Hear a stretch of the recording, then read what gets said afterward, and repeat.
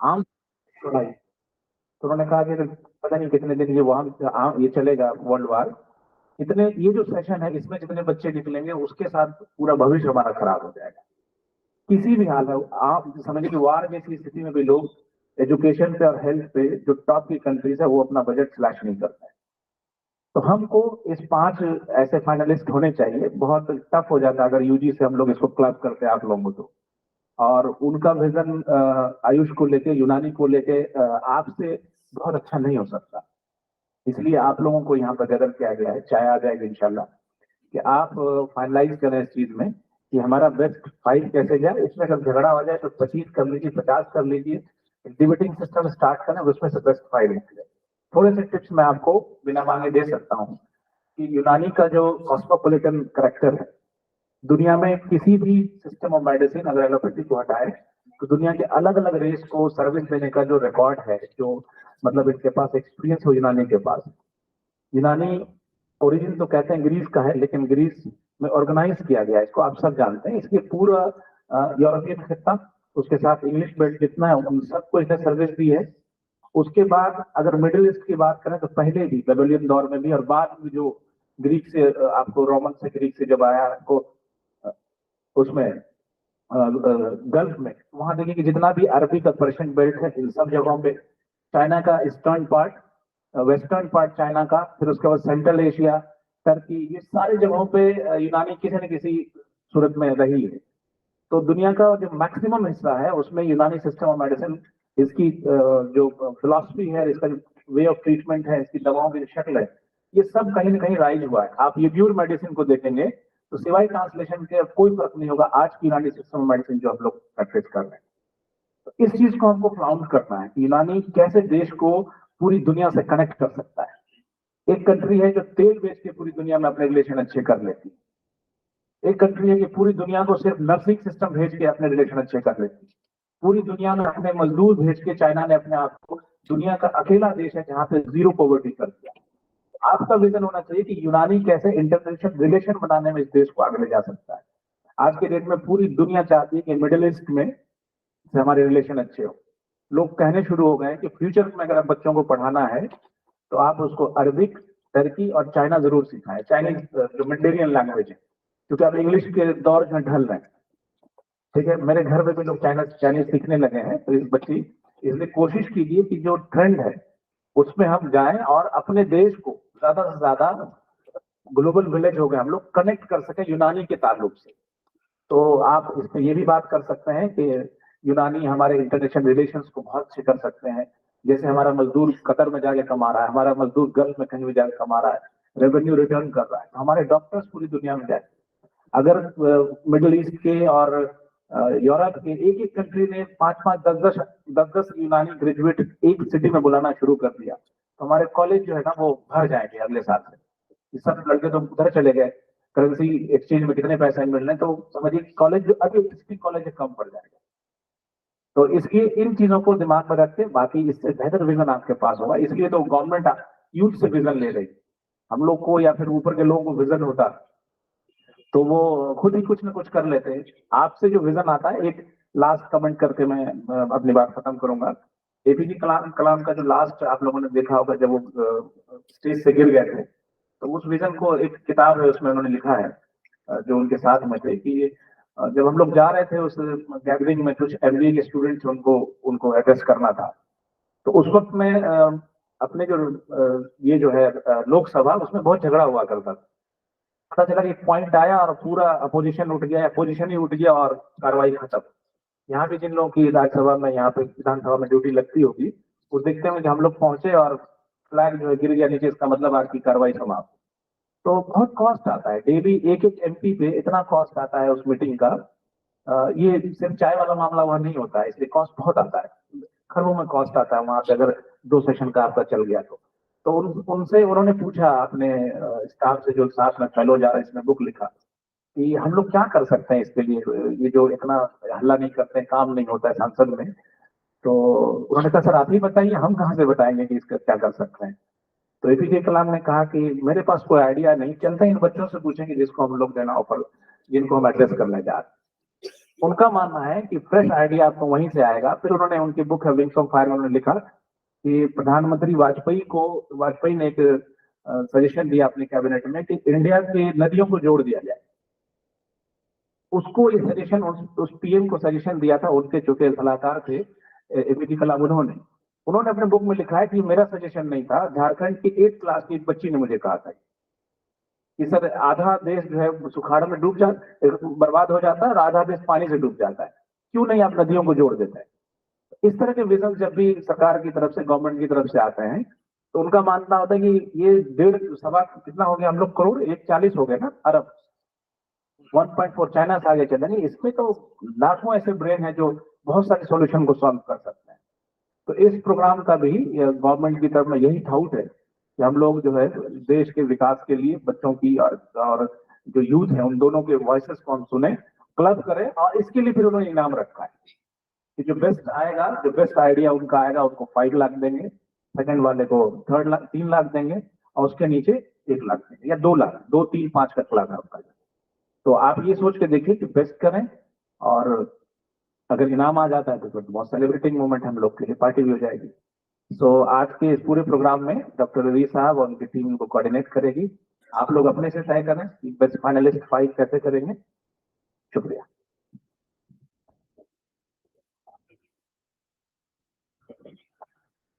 अब इस प्रोग्राम को आगे हम लोग को कैसे कंडक्ट करना है, उसके लिए मैं जनाब डॉक्टर मोहम्मद निजामुद्दीन साहब जो associate professor department of India में हैं, उन्हें दावत देता हूं कि वो इसके बारे में थोड़ा और डिस्कस करें।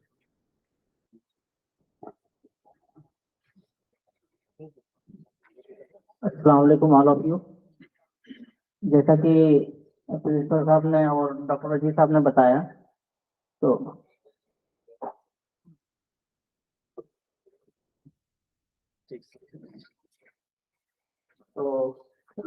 मेरा तो आप लोगों से ये रिक्वेस्ट है कि सब लोग पार्टिसिपेट करें, और इससे एक सबसे बड़ा फायदा ये होगा कि भले ही 5 लोग सिलेक्ट होंगे, लेकिन उससे एक आपका जो आइडिया है वो, मतलब जो भी आप सोच रहे हैं कि हम कैसे यूनानी कैसे कंट्रीब्यूट कर सकती है देश के विकास में, आपका जो ओरिजिनल आइडिया है वो एक रिटन पीपीटी तैयार हो जाएगा। फिर जब भी कोई कॉन्फ्रेंस वगैरह होता है उससे रिलेटेड, तो आप वहां से भेज करके भी उसको प्रेजेंट कर सकते हैं। तो ये आपका जो आइडिया प्योर आइडिया होगा, कहीं से कॉपी पेस्ट नहीं होगा, आपके दिमाग में, आपके ब्रेन में जो चीजें आ रही हैं बस उसी को ये कर रहे हैं। तो मेरे तो रिक्वेस्ट ये है कि सब लोग पार्टिसिपेट करें। Thank you.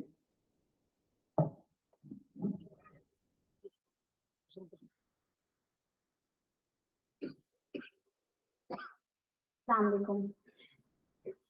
जिस मकसद के तहत ये आप लोग को बुलाया गया है, इसमें आपका ओपिनियन बहुत इम्पोर्टेंट रोल अदा करता है कि आप क्या सोचते हैं यूनानी के ताल्लुक से, और यूनानी को दूसरे तरीके से कैसे कोरिलेट किया जाए और कैसे इससे फायदा पहुंचाया जाए हुकूमत को, लोगों को, इंसानियत को। इस पे गौर व फिक्र करना है, और इसी गौर व फिक्र करने के लिए ये मीटिंग रखी गई। तो हर कोई अपना पार्टिसिपेट, सिर्फ 5 लोग कर आएगा नाम जरूर, लेकिन पार्टिसिपेंट हर कोई बने इसमें, हर कोई अपना ओपिनियन रखिए, बताइए, क्योंकि ये टैलेंट को उजागर करने का एक तरीका भी है कि आप क्या सोचते हैं उसको एक्सप्लेन करना आना चाहिए, उसको बताना आना चाहिए। और अब तो हुकूमत ही आपसे चाह रही है कि आप बताएं हुकूमत को, बिहार गवर्नमेंट को, सरकार को, कि यूनानी के तहत हम लोग कैसे कोरिलेट कर सकते हैं, कैसे डेवलप कर सकते हैं और एक अच्छा माहौल बना सकते हैं। तो इसके लिए हर कोई का ओपिनियन, भले से आप लोग सेलेक्ट हो नहीं हो, हर चीज में इनाम पाना सक्सेस नहीं होता, लेकिन पार्टिसिपेट करना, उसमें अपने आप को, अपने टैलेंट को बढ़ाना, ये बड़ी बात है जो आपको आगे प्रैक्टिकल फील्ड में भी काम आएगा। तो बाकी सब लोग सजेस्ट कर ही चुके हैं, बता चुके हैं। बस मेरा यही आप लोग से कहना कि बहुत गौर फिक्र करो, सोचो, और उसके बाद पार्टिसिपेट करो और अपने ओपिनियन को शॉर्ट एंड स्वीट में बयान करो। ठीक है, थैंक यू।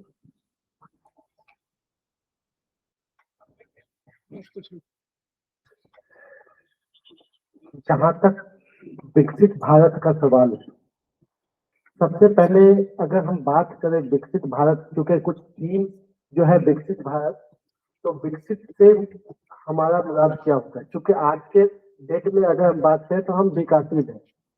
हमारी इकोनॉमी जो है वो 3.7 ट्रिलियन की है।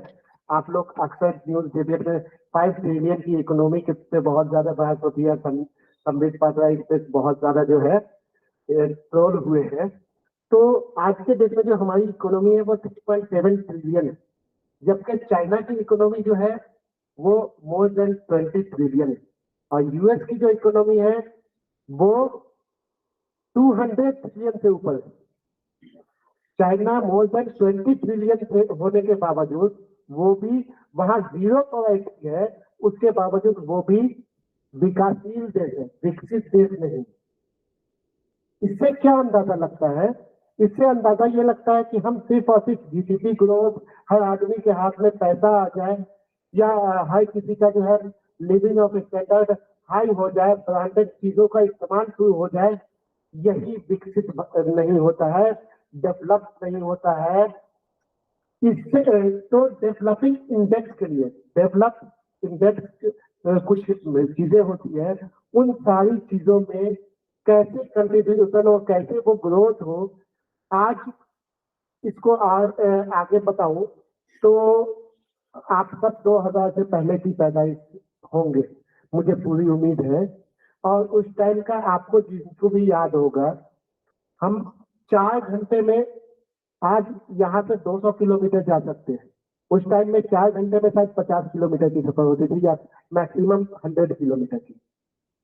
ये इस बेस पे नीतीश जी कभी कभी दावा करते हैं, हमारे माननीय मुख्यमंत्री जी दावा करते हैं कि हमने बिहार को यहाँ से यहाँ ले आया, कि 10 घंटे की दूरी को हम 4 घंटे में तय कर दिए। और उनका जो विजन है कि बिहार के किसी कोने से हम 5 से 6 घंटे में राजधानी तक कनेक्टिविटी कर दी। लेकिन जब आप इंडेक्स के ऊपर जाएंगे तो पाएंगे कि जो लिटरेसी रेट इंडिया में पहले भी इंडिया में नीचे से दूसरे नंबर पे बिहार आता था। जो पर कैपिटा इनकम है इंडिया में नीचे से तीसरे नंबर पे 2000 से पहले भी आता था और आज भी आता है। जो इंफ्रास्ट्रक्चर लेवल पे है इंडिया में जिस लेवल पे 2000 से पहले था आज भी उस लेवल पे है। तो हमने ग्रोथ किया वो साइमल्टेनियसली, जैसे लोगों ने ग्रोथ किया वैसे किया। हमने कोई रिमार्केबल ग्रोथ नहीं किया कि किसी को किसी मामले में पीछे छोड़ा हो, एक लंबी छलांग लगाई हो।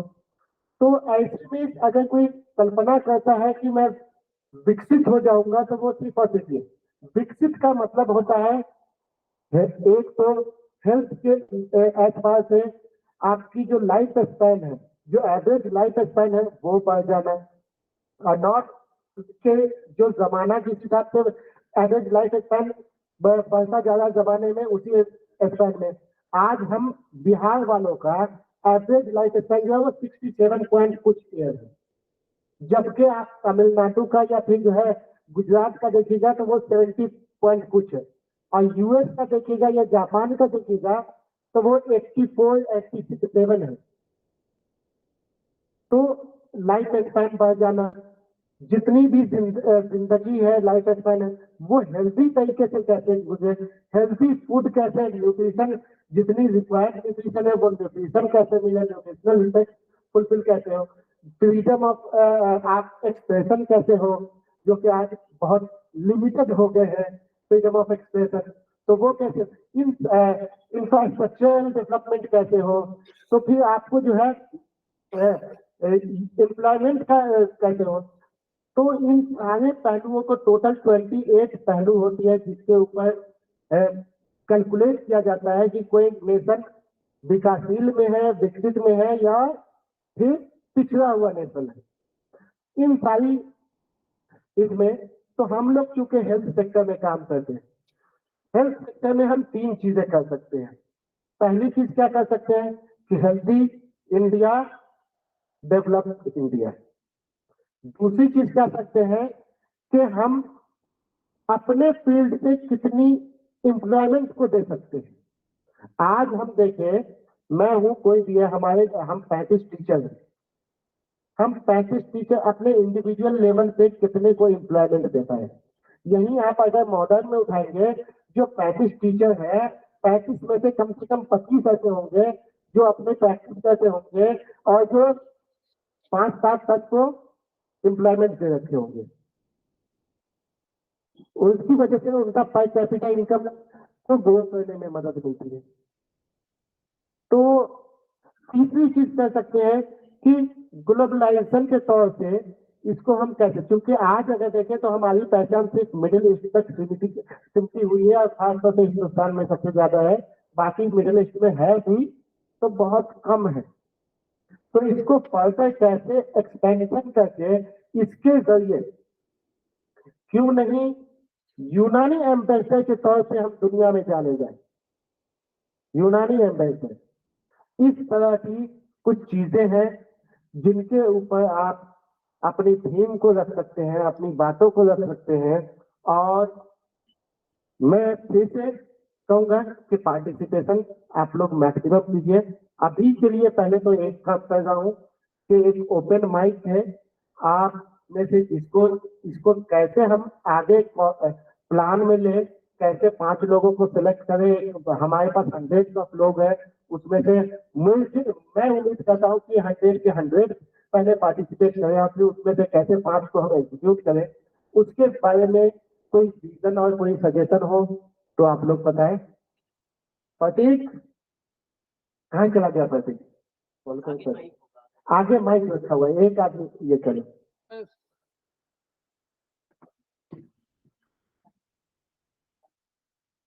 जो हाथ उठाएंगे बोलेंगे आगे उनको दो, जो बोलना मजा आए। पीछे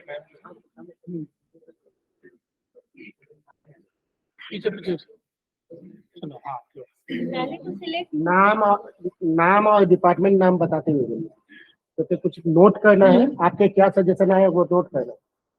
अगर एक साथ सब नाम एक नाम और डिपार्टमेंट नेम और डिपार्टमेंट नेम बताते हुए, क्योंकि आप जो भी सजेशन देंगे उसे नोट किया जाएगा। डिसाइड करके अपने डिपार्टमेंट से बताएंगे ना, या तो डिपार्टमेंट से पहले आप सिलेक्ट करवा लीजिए, अपने डिपार्टमेंट से टीचर्स कर ले जितने भी हैं। जैसे 20 बैच में 6 लोग हैं तो टीचर कर करके सिलेक्ट कर करके फर्दर बढ़ाएं। मैडम पहले अपना नाम और डिपार्टमेंट बता दीजिए, उसके बाद फिर अपना नाम और डिपार्टमेंट का। अभी 20 बैच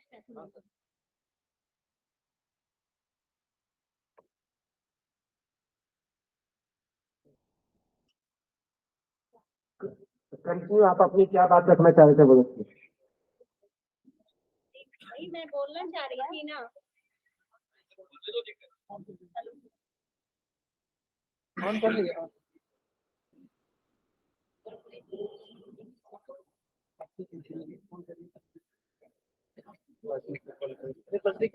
देखो काम नहीं करना।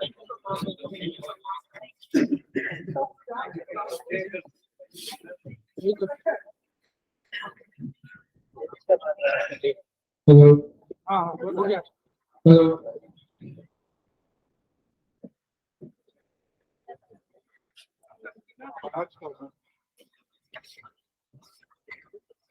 सजेशन मेरा वही था कि पहले डिपार्टमेंट से हम लोग सेलेक्ट कर लेते।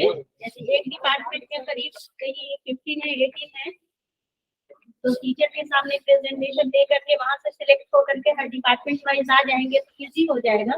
अगर सबका एक साथ अगर होगा बहुत टाइम ही लगेगा। ठीक है, एक सजेशन आपका ये रहा, हम उस पर बात करेंगे। लेकिन इसमें थोड़ा सा एक मेरी कंसर्न है कि क्योंकि टाइम कम है, हमें रिपोर्ट 10-11 तक देना है। ठीक है, वो आपका सजेशन है। नेक्स्ट कौन, किसी का कोई सजेशन?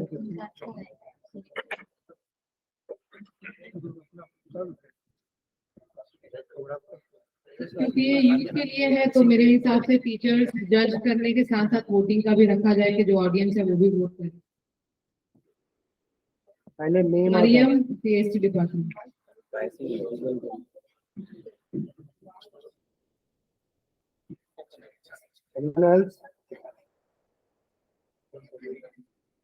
क्या सजेशन फिर से बोलो बढ़िया। फिर से रिपीट करो। मेरा सजेशन ये था कि जैसे जजेस बैठते हैं किसी भी पीपीटी को करने के लिए, जज करने के लिए, उसमें टीचर्स के साथ साथ स्टूडेंट्स का भी ओपिनियन लिया जाए कि वो मतलब उसके हिसाब से क्या है, क्योंकि ये यूथ का है तो।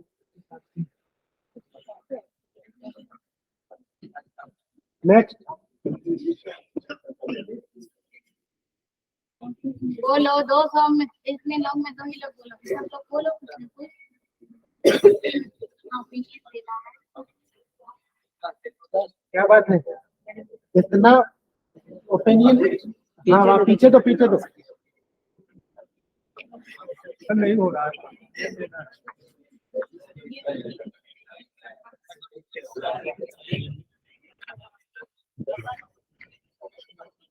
सर इकबाल है, पैथोलॉजी डिपार्टमेंट।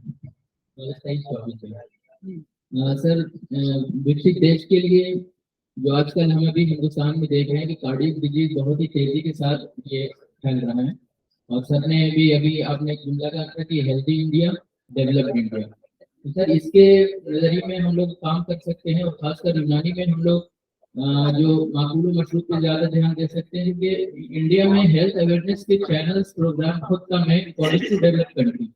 वहाँ पे सेहत से रिलेटेड बहुत सारे प्रोग्राम जो आते हैं, इंडिया में उस तरह नहीं है। और इस इंडिया में जो फास्ट फूड है और इसी तरह खाने पीने की जो चीजें हैं बहुत ही अनहेल्दी हैं। तो माकूल मशरूब को लेकर और मुकव्वे क़ल्ब अदविया को लेकर हम इस पे बहुत ही अच्छा काम कर सकते हैं।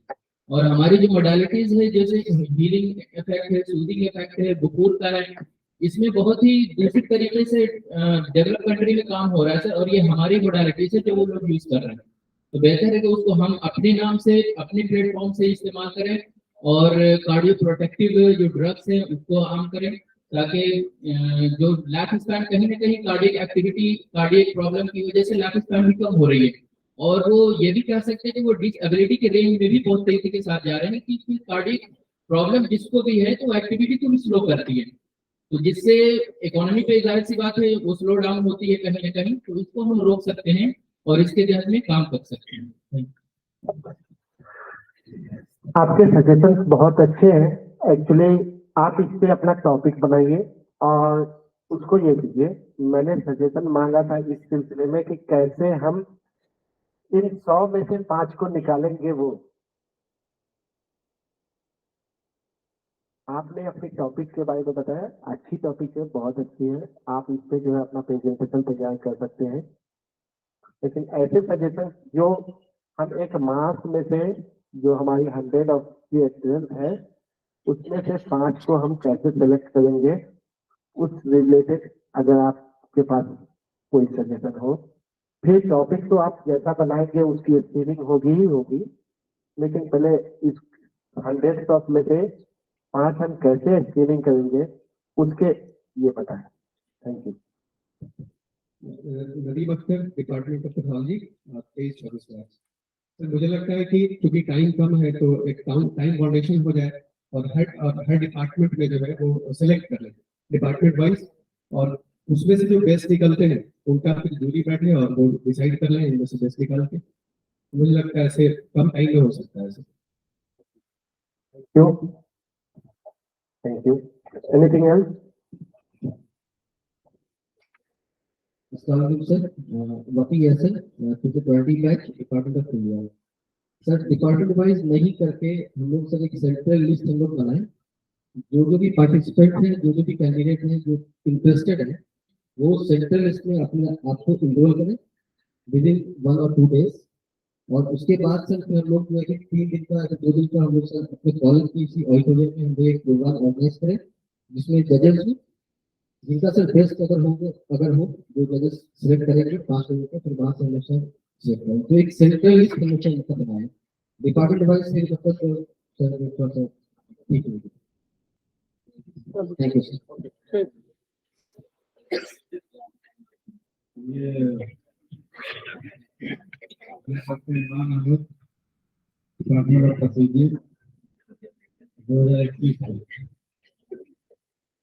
हमारा कहना ये है कि विकसित भारत 2047 है, वो हमारा जो निगरानी सिस्टम ऑफ मेडिसिन का जो कंट्रीब्यूशन होगा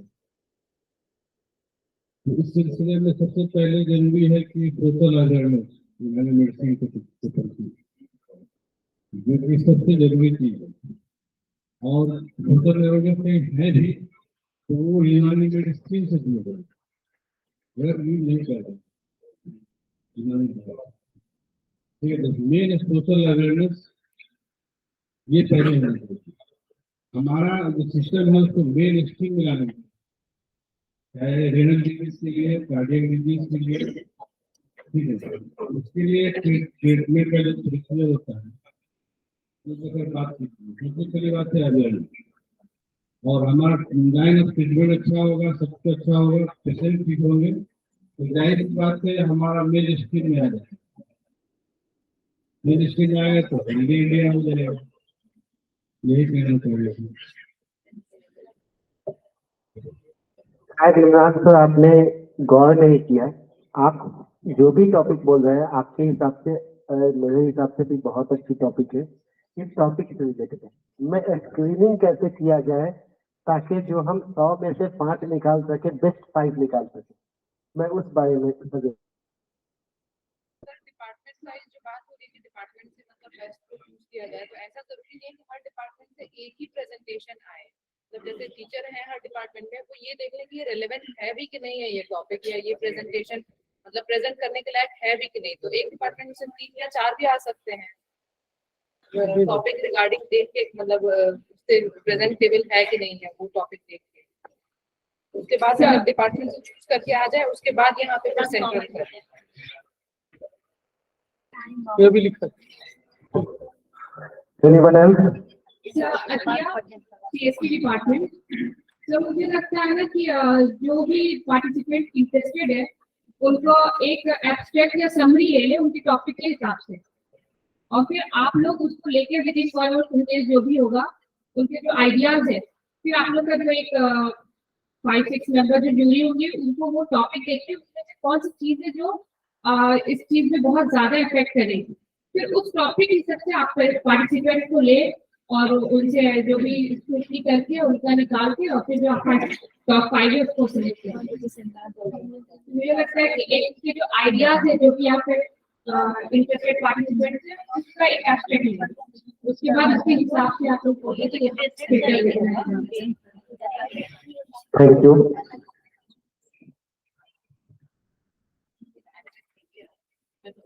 Assalamualaikum everyone. This is Dr. Tanvir from the Founder Batch, Pathology Batch, Pathology Department. As far as screening is concerned, it is as simple as we have gone through in the previous hygiene. Screening, if individual wants to come forward and do something new for this our mission 2047. So first of all, I think so personal interest is very important. We cannot, we can, teachers can, but we cannot say someone compulsively just come forward and do this.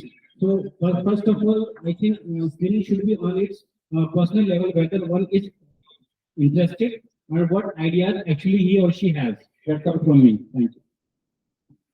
I never said everyone is compulsory. I was assuming out of 100, all 100 are participants, but I have never said everyone is compulsory. Next one. जी, मैं वसीम फरमान अदविया वाइस बेस्ट। मेरी राय है कि सभी department में डिपार्टमेंट वाइज जो कंसर्निंग टीचर हैं वो अपने डिपार्टमेंट के सभी पीजी स्कॉलर्स को एक साथ जमा करके 1-2 दिन हम लोगों को सोचने का टाइम दिया जाए, टॉपिक पे विवाद तैयार करें, फिर जो डिपार्टमेंट वाइज टीचर जो है सबसे टॉपिक का रिव्यू ले करके और 3 आदमी को सिलेक्ट करना अपने डिपार्टमेंट में। अब जैसे 5 डिपार्टमेंट है तो 5 के 15 आदमी थे, बाकी सारे टीचर्स मिलकर उन 15 में से फिल्टर आउट करके 5 को देना, ये मान लिया।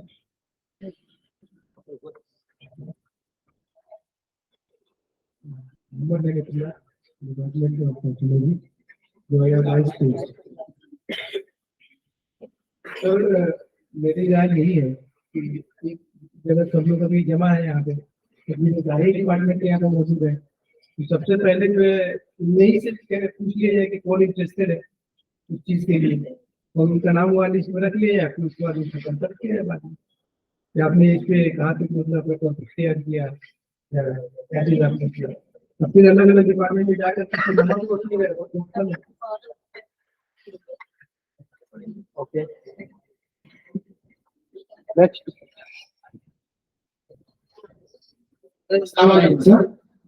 हमें रविला डिपार्टमेंट ऑफ पुलिया 22-23 बैच डिपार्टमेंट वाइज ना करके सबको एक जगह करें। उसका मकसद ये है कि क्या पता एक डिपार्टमेंट में कोई 2 अच्छे लोग मिल जाए कॉलेज के लिए, जो कॉलेज का नाम कर सकते हैं, किसी में 3 मिल जाए, हो सकता है कि कहीं से सारे 5 मिल जाए, तो सारे लोगों को आप लोग फिल्टर करें, डिपार्टमेंट वाइज फिल्टर ना करें तो ज्यादा बेहतर है।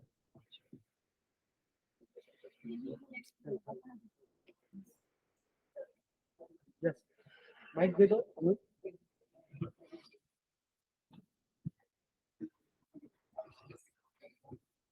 डिपार्टमेंट कॉलेज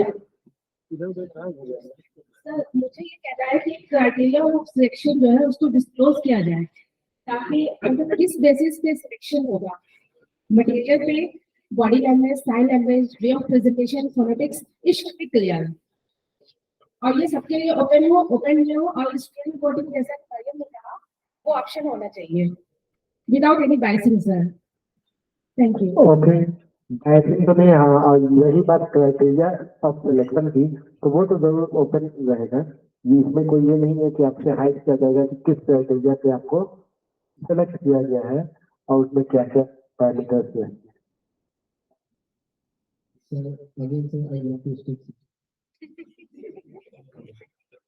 सर वो डिपार्टमेंट वाइज अगर हम लोग अगर सिलेक्शन करेंगे या फिर अगर डिपार्टमेंट के टीचर्स अगर देंगे तो उसमें सर ये मेरे पास 4 बैच है, तो फाइनल ईयर बैच में सर यदि वो इंगेज है सर अपने थीसिस में, जो फ्रेश बैच है सर अभी उनको बहुत ज्यादा एक्सपीरियंस अभी क्लियर का नहीं है, तो वो सर बेहतर ये है कि सर सेंट्रल जो सर आपकी कमेटी है वो सर बना और कंट्रोल करके हम प्रिंसिपल ऑफिस में कमेटी के पास वो जो इंटरेस्टेड है जिसको चाहिए कि हाँ मैं कर सकता हूँ या जिसके पास नॉलेज है, अगर they are involve in their thesis और दे आर फ्रेश, वो आगे सर इन्वॉल्व करें और सर 3 वीक का सर एक प्रोग्राम रखें यहाँ पे और फिर हम लोग सर जज करें स्टूडेंट को सर को सिलेक्ट करना है करना चाहिए।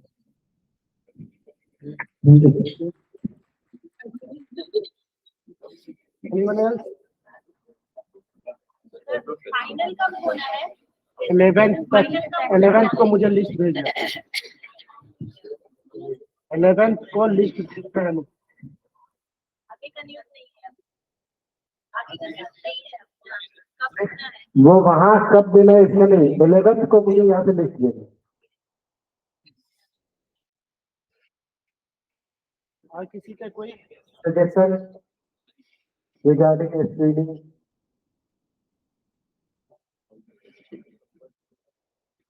अच्छा, अभी मैं ऑफिशियल तौर पे नहीं, एक रैंडमली पूछता हूँ, आप लोग हैंड रेज करके सिर्फ बताइए कितने लोग इंटरेस्टेड है पार्टिसिपेट में।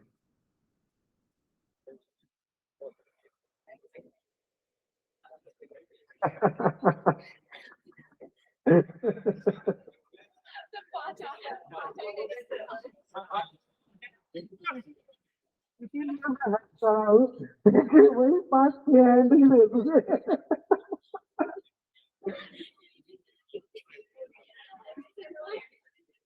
जाएगा 5 में से हमको 5 सेलेक्ट करना है ना, 5 में से 5 सेलेक्ट कैसे करेंगे? जाएगा पता चलेगा।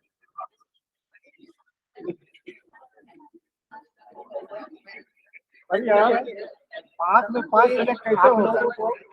आप लोगों को कल तक का आगे तो सेलेक्ट ही करना है। Please wait 1 minute only. आप लोग जितने भी लोग थोड़ा सा अच्छे से, चूंकि ये यूनिवर्सिटी लेवल का प्रोग्राम है और पूरे भारत सरकार की तरफ से जो है पूरा इन्वॉल्वमेंट है, मैं ये चाहूंगा मैक्सिमम आउट ऑफ 100 अगर 100 आए तो बहुत ही बेहतर होगा। और ये एक्सक्यूजेज है कि किसी का थीसिस का काम चल रहा है, किसी का एग्जामिनेशन है, तो किसी का सिनॉप्सिस है, एक्सेट्रा एक्सेट्रा, क्योंकि हम भी इस मरहले से गुजरे, हमें पता है कि थीसिस के काम में या सिनॉप्सिस के काम में कितना टाइम लगता है। तो ये एक्सक्यूजेज नहीं बनाइए, हर किसी चीज के लिए अगर आप अपने घूमने के लिए 1 घंटा निकाल सकते हैं तो इन चीजों के लिए 10 मिनट 15 मिनट एक दिन में निकालना, अगर 10-15 मिनट भी एक दिन में निकालेंगे, एक सप्ताह में आपके 70-80 मिनट हो जाते हैं। कोई बहुत बड़ा प्रेजेंटेशन नहीं तैयार करना है, 5 से 7 मिनट का, मैक्सिमम 10 से 12 स्लाइड में।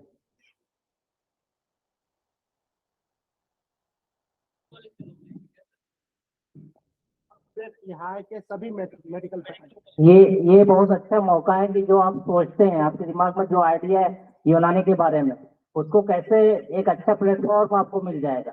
अगर यहाँ पे सिलेक्ट हो जाते हैं तो बहुत अच्छी बात है, अगर नहीं भी सिलेक्ट होते हैं तो आपका एक ये एब्स्ट्रैक्ट बन जाएगा, आपका ये पीपीटी बन जाएगा। तो फ्यूचर में कहीं इससे रिलेटेड अगर सेमिनार होता है तो उसमें वहाँ पे आप भेज सकते हैं।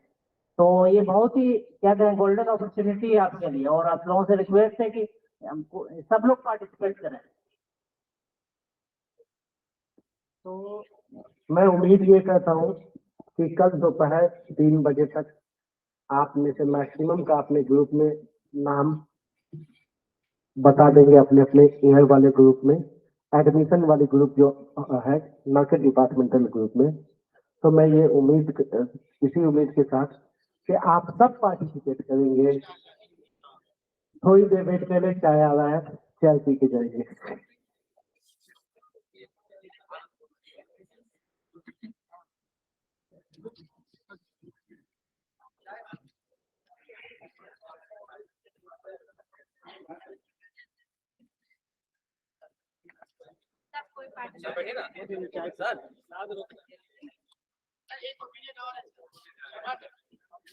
बोलो।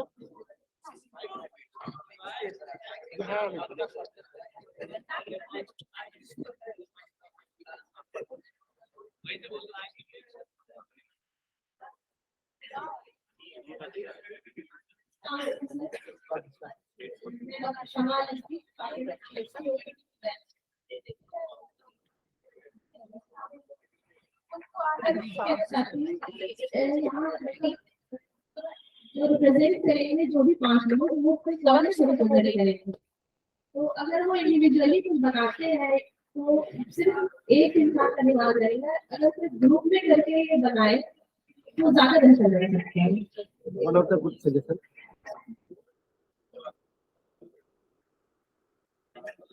One of the good suggestion.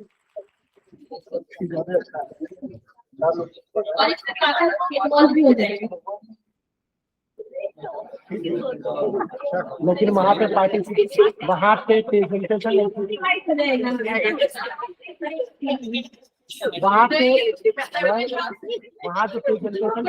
बोलेगा ग्रुप में वो रिप्रेजेंट करिएगा जी।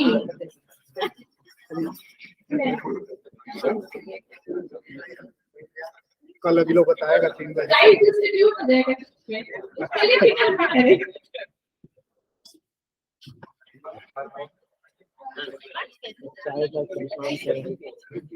चाय मंगा देंगे, चाय ले आएगा, चाय ले आएगा, बना दिया। Sir Mohammad Misbahuddin, Kulliyat department 2023।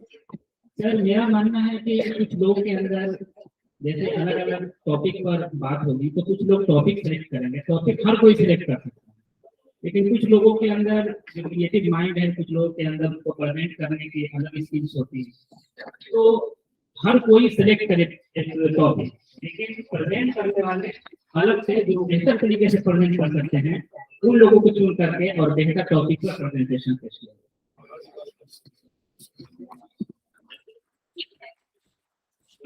ये वाला चाहिए सर कि आपके साथ जो प्रेजेंटेशन तैयार किया जाएगा उसमें बॉडी मिला दे क्या क्या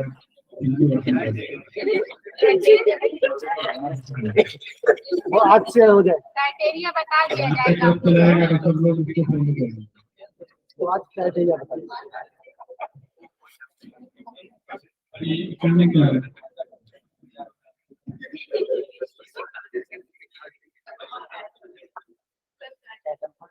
हाँ 5-7 मिनट लगेगा बन रहा है। 100 लोगों का चाय बनने में भी थोड़ा सा टाइम लग जाता है।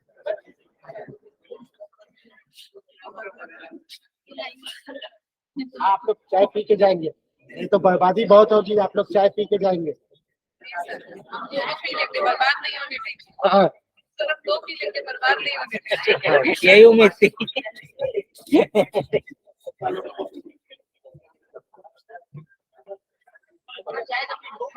चाय आ रही है।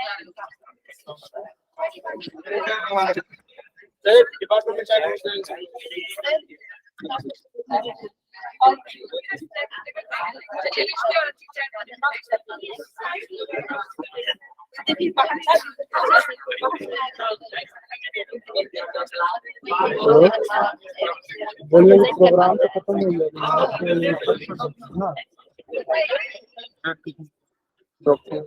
वाला बताओ ना।